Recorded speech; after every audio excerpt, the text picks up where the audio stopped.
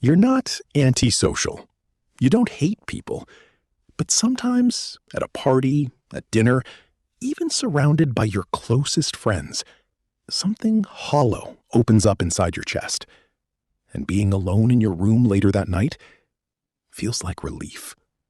If that sounds familiar, this video is for you. Because what you're experiencing has a name. Psychologists call it background loneliness. And it's not a personality flaw. It's a brain glitch. And once you understand it, everything changes. Here's what nobody tells you about loneliness. It's not about being alone. The most brutal kind of loneliness isn't when the room is empty. It's when the room is full, and you still feel like a ghost in it. Background loneliness is the feeling of being present, but disconnected. You're there, you're nodding, you might even be laughing, but underneath, there's a quiet hum, a static, like watching your own life through glass.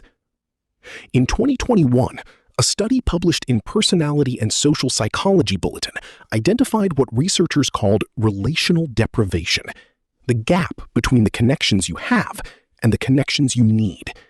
And here's the disturbing part. The gap doesn't care how many people are around you.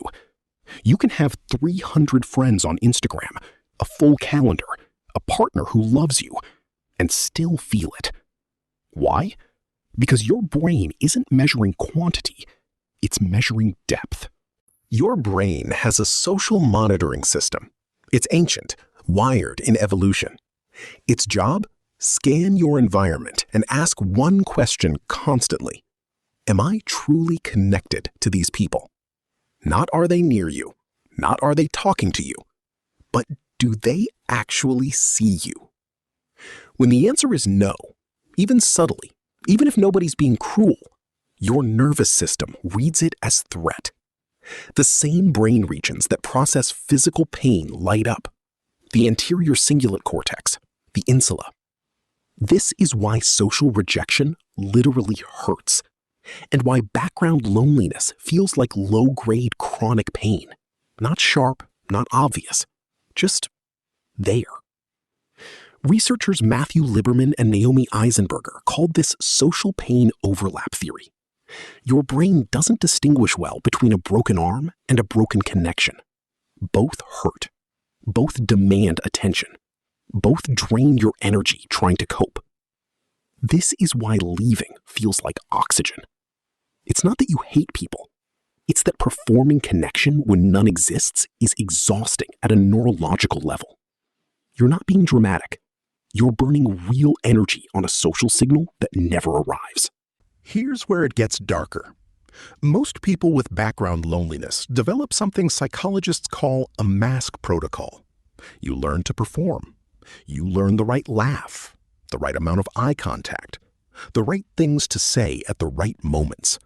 And you get good at it. So good that nobody around you suspects a thing. So good that you start to suspect maybe you're the problem. Maybe you're broken. Maybe real connection is just something other people feel.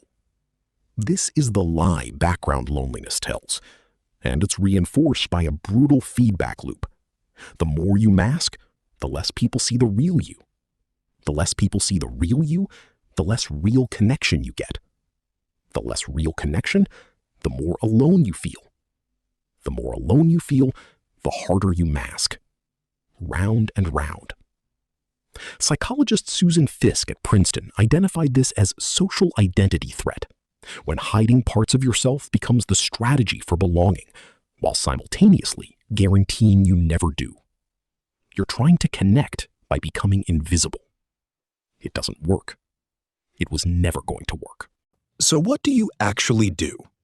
3 things, backed by research. 1. Name it. When you feel that hollow static, don't push through. Stop and say to yourself, this is background loneliness. This is my brain signaling misalignment. Naming a feeling reduces its grip on the amygdala. Neuroscientist Matthew Lieberman calls it affect labeling, and brain scans show it works in seconds. 2. Choose depth over duration. 5 minutes of real conversation beats 2 hours of social performance. Ask a question you actually want answered. Say something true, even if it's uncomfortable. Risk being seen. Most people are starving for it. Most people are wearing the same mask. When one person removes it, the room shifts. 3. Audit your environment. Background loneliness is sometimes a signal, not that you're broken, but that this particular group isn't where you belong. Some environments simply don't have room for who you actually are, and no amount of masking, waiting, or trying harder will fix that. Moving on isn't giving up. Sometimes it's the most self-aware thing you can do. Background loneliness isn't rare. It's not dramatic. It's not a sign you're failing at being human. It's your brain telling you something precise. The connection you have isn't the connection you need. That signal is worth listening to. Not numbing, not masking, not surviving. Listening. Because the loneliness you feel in a room full of people, it's not telling you that you're broken. It's telling you that you're looking for something real. And you deserve to find it.